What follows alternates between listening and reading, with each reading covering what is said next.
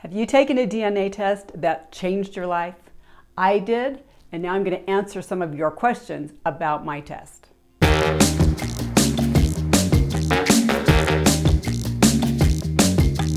Hey credos, if you watched my vlog about my DNA results, you know that I had a really crazy experience. I've always tried to answer every question on every vlog or respond to people, and I got way behind because there were so many questions and some required more in-depth answers.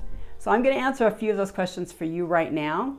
I hope you will subscribe and tap that little bell because then you'll get notified about my next Q&A about adoption. Question number 1.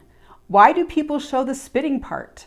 Nobody wants to see that. Gross. I filmed the spitting part because it's an integral part of the test. Now I did try to fast forward through almost all of it, but without the spitting, there is no test.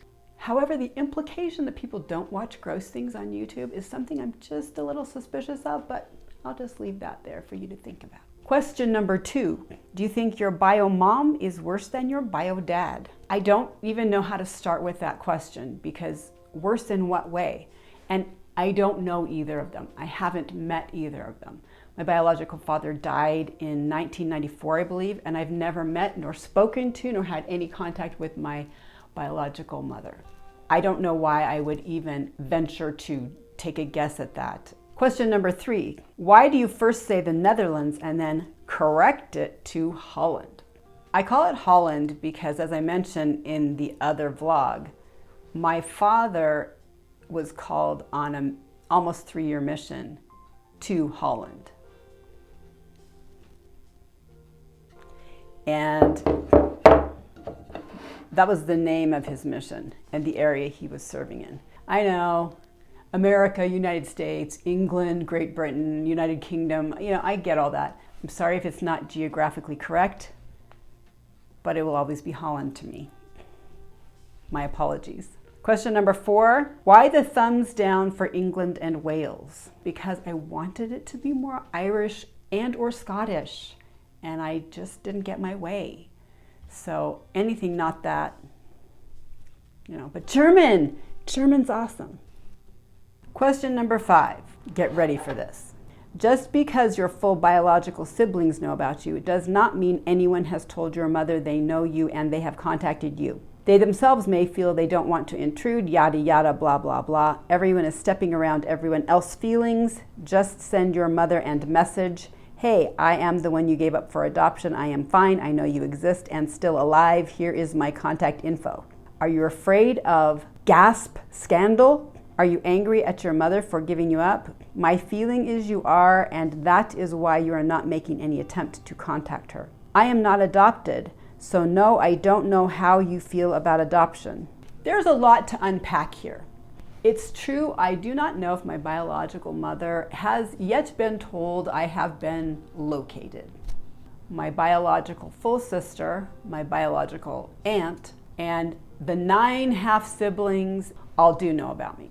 I assume that's one of those secrets that's kind of hard to keep long-term, but my biological sister actually asked to be the one to speak to her at a point that she felt was appropriate, and I was happy to do that.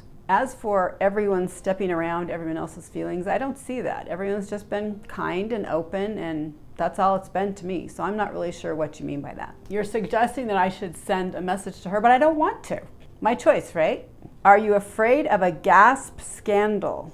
Given that my biological mother's in her 80s, given the culture today, I don't think anyone would give a whip. Is that even a saying? I don't think anyone would care that 54 years ago she placed a baby for adoption. I honestly just don't think it's that big of a deal today. So I'm not sure what the scandal would be.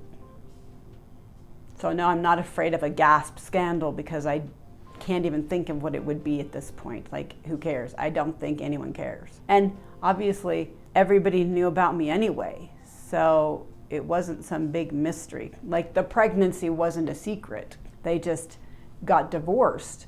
Are you angry at your mother for giving you up? My feeling is that you are.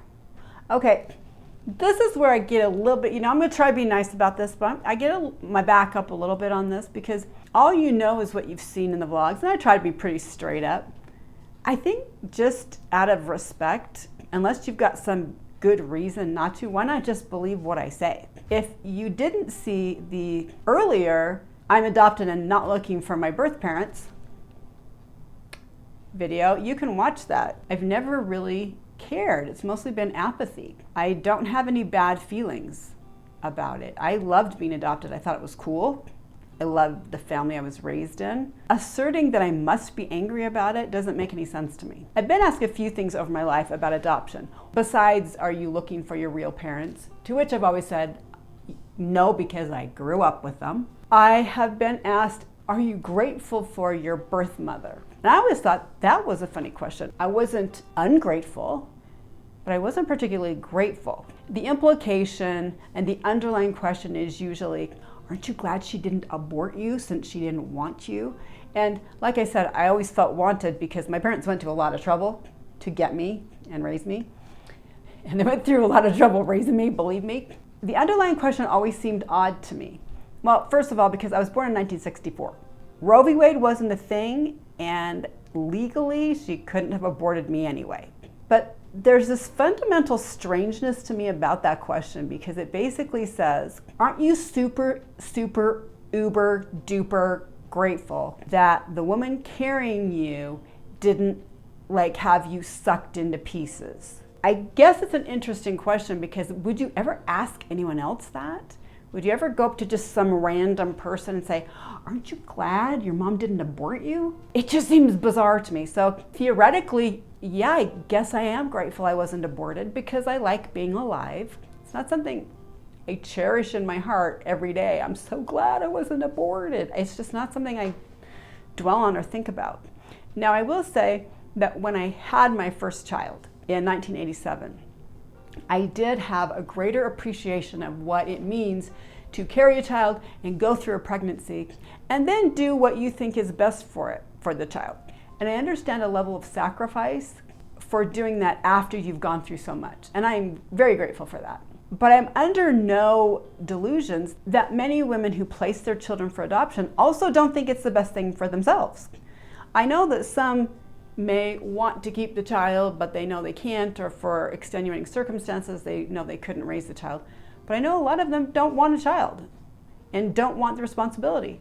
And so they are happy to allow someone else to take over that burden and responsibility, which kids are both. You know, their responsibilities and burdens and their great joys and all those things mixed up together. I don't feel like I have to convince you. It just seems odd to me that you insist that I must be angry and that's why I'm not reaching out. I just don't really care. I'm okay to let her have that boundary if she wants it. And if she decides to reach out, I'll respond like I did last time, even though I was scared about it. So there you go. If you have a question about my DNA test, my biological family, or you have something to share about yours, put it in the comments. I'd love to see it. I hope you have a great Christmas and the best holiday. Merry Christmas.